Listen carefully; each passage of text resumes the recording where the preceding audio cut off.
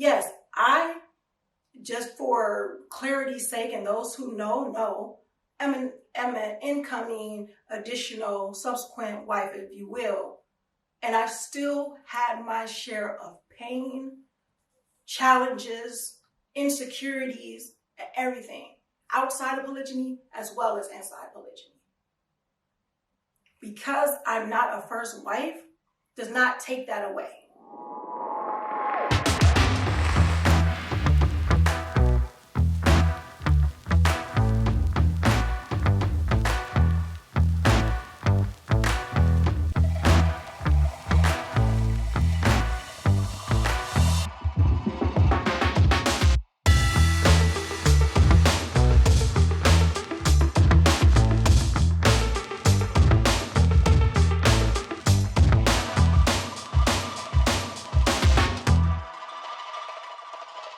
Feelings are relative. How we feel is relative. I made a comment in a video before, kind of got some slack for people that really didn't understand, but I'm going to bring it up again because I really believe that it really drives the point home. My 3-year-old may not be happy with me if I tell him he can't have ice cream for breakfast or he can't have that cookie that he wants at this particular time. Or I may have told him, you know what, later, and then he think that this later is good enough for him. And I'm like, nope, not yet. And then he runs off, give me the little Olaf, those who are familiar with Frozen, where he just put his little arm down, his head down, and just run off somewhere and be hurt, sad. He may cry a little. And then he realized that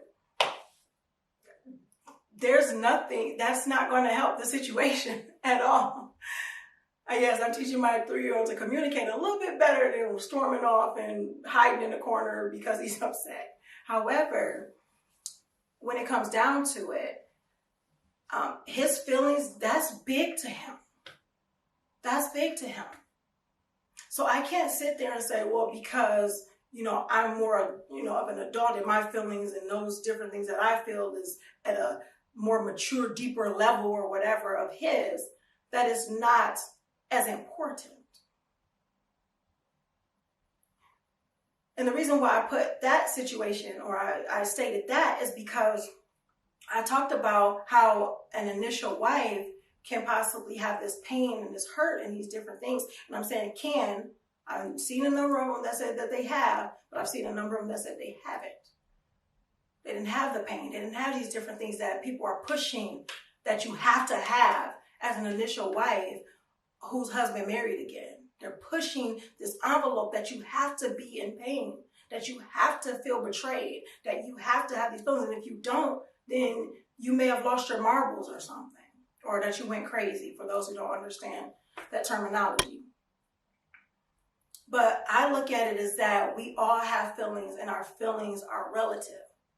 So maybe there may be some initial wives, I know there are some initial wives out there that don't feel that pain of betrayal or anything like that, or loss of love or anything when it comes to their husband marrying again, but they can relate in a way that if a parent left or some other painful thing or a way that they may have felt betrayed. Yes, just for clarity's sake and those who know, am an incoming, additional, subsequent wife, if you will. And I've still had my share of pain, challenges, insecurities, everything outside of polygyny as well as inside polygyny. Because I'm not a first wife does not take that away. Does not mean that I can't understand and empathize with those who've been there. And I've learned different things from others because people ask me, why wouldn't you have understood that? Just like a woman who was brought up in polygyny and in a place where polygyny is common didn't understand it. That's similar to me. Not just I was brought up, because I wasn't brought up in polygyny. I was brought up in a blended family. Polygyny made sense to me.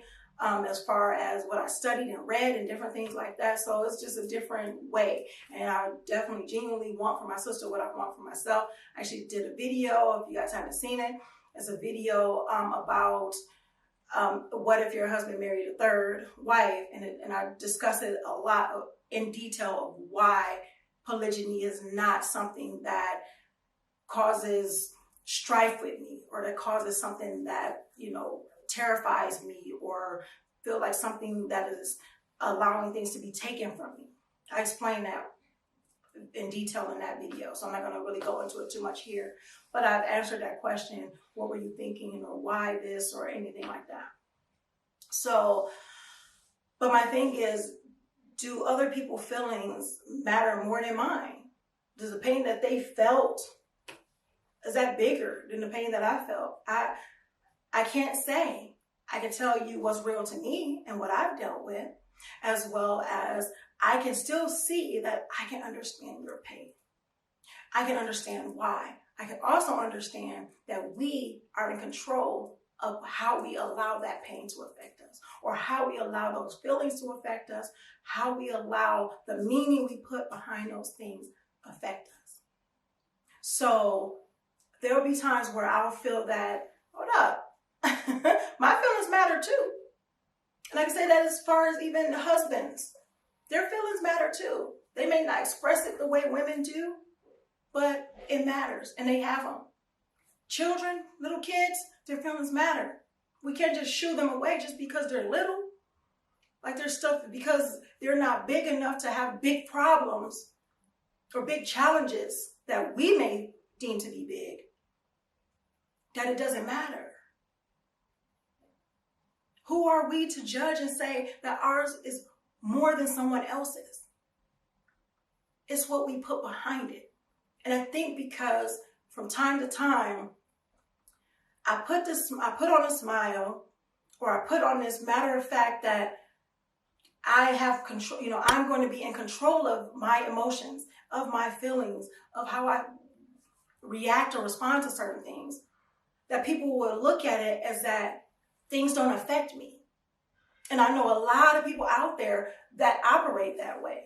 And then people look at it like, oh, that don't affect her, or it shouldn't affect her, or it shouldn't affect him. But you don't know what they're going through in the inside, or you don't know what they went through, and the personal development that they have went through and gone through and grew through in order to be able to be emotionally mature. So if you were to take anything from this video, I say, don't just look at it as a me situation, not to discount your feelings and not to say your feelings don't matter, but to say, you know what? My feelings aren't the only feelings that matter. And if my feelings aren't the only feelings that matter, then I need to understand the other person's feelings as much as I want them to understand mine. So I look forward to seeing you in the next video. I really hope you have some great gems for this. If you haven't already, make sure you click that subscribe button and share this video to those who you think that can benefit from this as well. And if you guys are looking for some coaching, counseling, and just digging deep into taking your lives and your relationship to the next level, make sure you check us out at outstandingpersonalrelationships.com and check out our coaching and counseling programs there.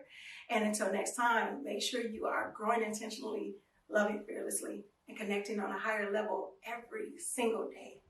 Assalamu alaikum. Peace. We are also the authors of the new ebook, The Polygamy Roadmap. Two different roadmaps, one specifically for men and the other for women. Naturally. So no matter where somebody is in their journey, whether they're considering it and what's required, especially men I'm talking to, I share the 5 requisites on really what it takes to build a healthy, successful polygynous family unit. So with that being said, make sure if you're a man and if you're serious, not just curious, you take action and get it today.